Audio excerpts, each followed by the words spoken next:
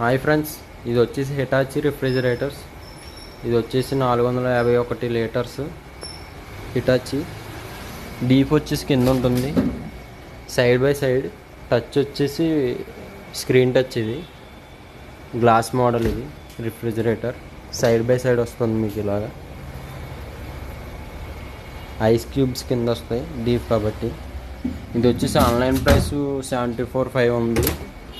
మనం ఇచ్చే ప్రైస్ 63,000కి ఇస్తున్నాం.